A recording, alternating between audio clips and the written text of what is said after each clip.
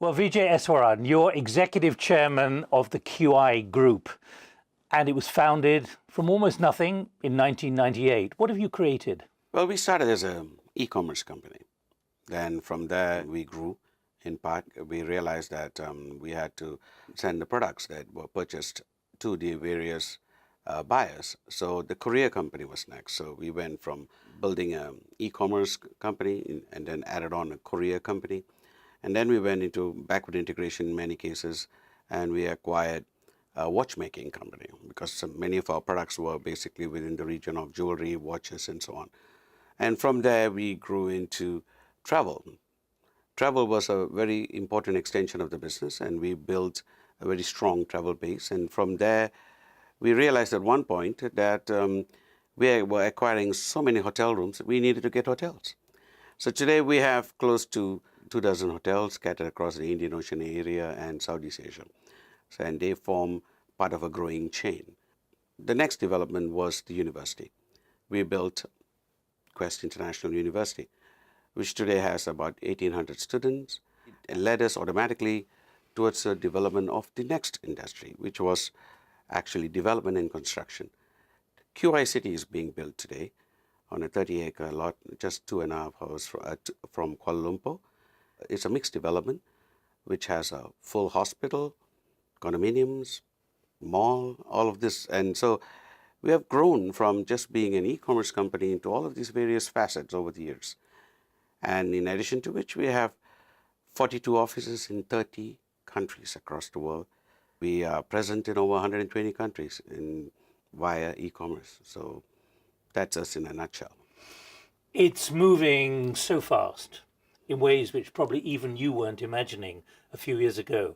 But what are the big challenges? You basically were thinking of survival.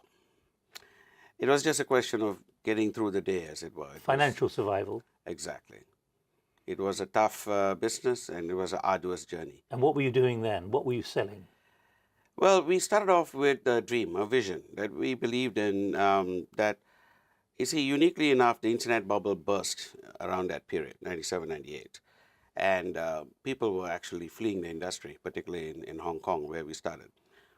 So it was a good time for us to actually recruit our technical staff, and we basically started at that point. Did you have a clarity of how that would be achievable? In terms of the broad strokes, yes. But as we found out as we went along, there were potholes and pitfalls at every turn. So as we started becoming a global business, different challenges appeared in different jurisdictions. What are the big challenges you're now facing? The major challenges seem to be, we are in over 100 countries, and yet in a small handful of countries, less than 5 exactly, we have to deal with many of the challenges of the lack of regulation. Regulation, or the lack thereof, is our biggest problem. In the regulated markets, we thrive. In the markets that have little or no regulation, we are viewed with suspicion, we are viewed with cynicism. We are bringing in the forefront of change. We are bringing in the forefront of what the world is going to be like in the next decade, the next millennium. And this is not something that the regulators or the governments or the bureaucracy want to see. They are the slowest to change, and they're more resistant to change. So we are engaging them, in great part educating them, working with them.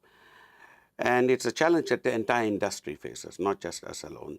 And it's one that we intend to cope with, deal, and prevail. What is it that made it work for you? Well, I don't think it was a singular effort. Clearly, there was a driving force in me and within me that was pertinent to the whole journey, but it was a team effort. There was always a team with me, and a team that started with me, a team that I built and enforced and kept going. And that's the team that brought us to today. Were you always able to pay the bills? Not really. The first few years were hard, extremely hard, if I may be honest. As a matter of fact, there were many a time we had to turn back to our own staff and ask of them something that I feel even today very guilty about, which is that we could not pay the salaries.